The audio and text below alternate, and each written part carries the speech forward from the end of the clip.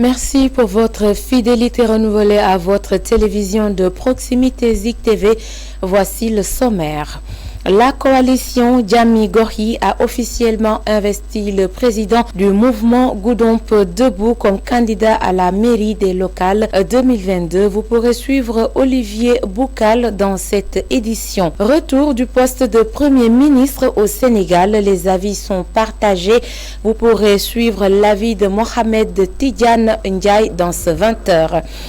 Revalorisation des objets culturels à Ziguinchor. Une exposition a été organisée par un groupe d'étudiants dans le cadre d'un projet intitulé « Mon art, mon talent au service de tous ». L'actualité internationale, nous allons en parler en Gambie avec ses 960 000 électeurs qui iront dans les urnes ce 4 décembre pour élire le futur président. Un test démocratique pour le pays gambien. En Côte d'Ivoire, un grand pas depuis Nelson Mandela en 1991. Le président Cyril Ramaphosa est dans le cadre d'un raffermissement des liens. Et puis, nous allons parler de sport avec cette grande perte, cette icône du monde de l'athlétisme qui a tiré sa révérence. Nous parlons de Lamine Diack qui s'en est allé sans savoir, hélas, le sort qui lui sera réservé. Il est décédé à l'âge de 88 ans. Ce sera dans la page sportive. C'est le sommaire. Merci de nous accueillir chez vous. Nous démarrons ce 20h sur Zik TV par la coalition Djammi Gorgui qui a officiellement investi le président du mouvement Goudomp Debout comme son candidat à la mairie et au conseil départemental. Monsieur Olivier Boukal a fait une déclaration devant la presse. Suivons ses propos avec Yaya Boudjan. Chers invités, chers collaborateurs, membres et sympathisants, voilà plus de 3 ans que nous avons mis en place le mouvement Goudomp Debout. Voilà plus de 3 ans que nous avons accepté de mouiller le maillot pour notre terroir et pour nos compatriotes. Voilà aussi et surtout plus de 3 ans que vous m'avez porté à la tête de ce mouvement. Permettez-moi d'abord de vous témoigner toute ma gratitude pour cette marque de sympathie à laquelle je reste très sensible. Je voudrais aussi dire toute ma reconnaissance à l'endroit de ceux et celles qui, à mes côtés, ont pendant tout ce temps partagé de lourdes responsabilités.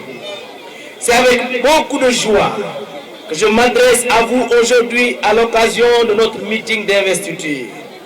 Oui, 3 ans déjà. 3 ans de dur labeur. 3 ans de privation, de renoncement et de beaucoup de sacrifices. On aura tout entendu.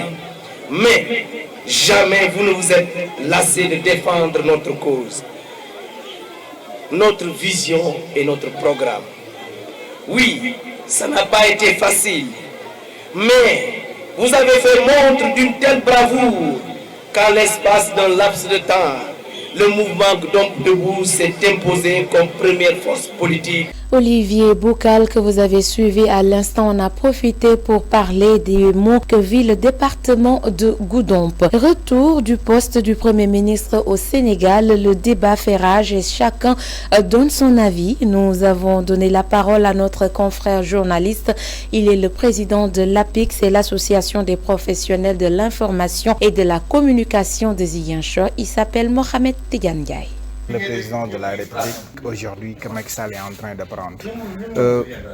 Moi, je soupçonne 2 raisons qui le poussent à vouloir prendre une telle décision, à rétablir le poste de Premier ministre. La première, c'est que la situation sociopolitique sénégalaise est tellement tendue. Il y a une ébullition au niveau du front social et on ne voit que le président de la République.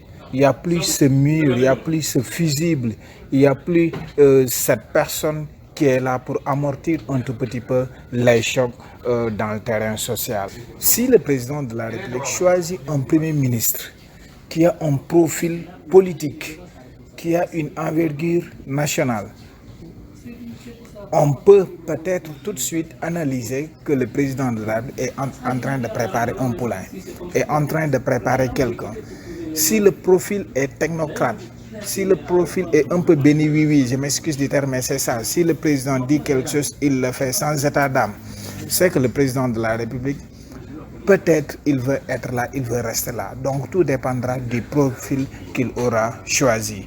Mais en tout état de cause, ce sont ces deux raisons principales qui pousseraient peut-être le président. Une exposition d'art d'objets culturels a été organisée à Ziguinchor par un groupe d'étudiants. L'objectif est la revalorisation de ces objets culturels. Il s'agit de tableaux faits à base de perles. Une exposition qui fait partie d'un projet intitulé « Mon art, mon talent autour de tous, au service de tous ». Le terme retenu est Sibir, un monde en couleurs. L'initiatrice s'appelle Joséphine Corazon Ndiaye, une jeune étudiante en sociologie à l'université Assane Seck de Ziguinchor.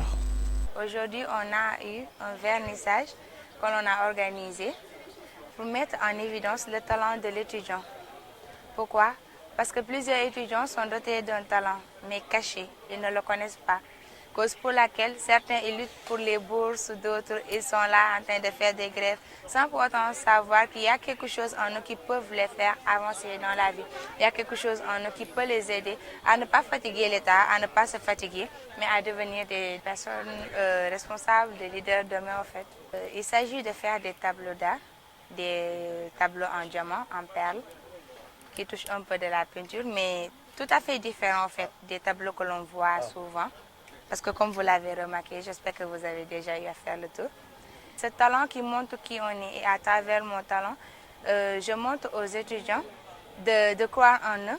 Je veux montrer à mes chers condisciples qu'il ne s'agit pas seulement d'être dans les salles de classe, dans les...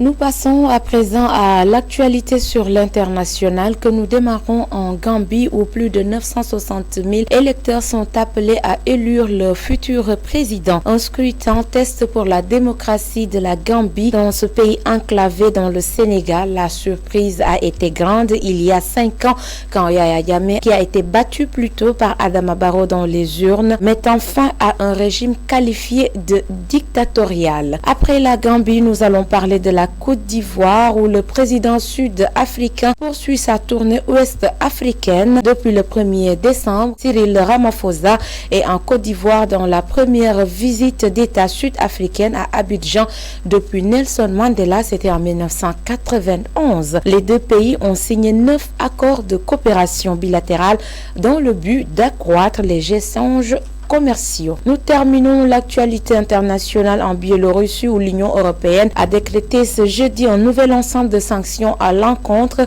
de la Biélorussie dans la crise qui oppose en particulier la Pologne, la Lettonie et la Lituanie au régime d'Alexandre Loukachenko, accusé de pousser les migrants vers l'UE. Des sanctions similaires coordonnées prises par les États-Unis, le Canada et le Royaume-Uni. Nous passons à présent à cette note de sport. Le Sénégal est en deuil. Nous parlons du décès de Lamine Diack, les dessous d'une carrière au sommet. Cette icône de l'athlétisme a tiré sa révérence à l'âge de 88 ans.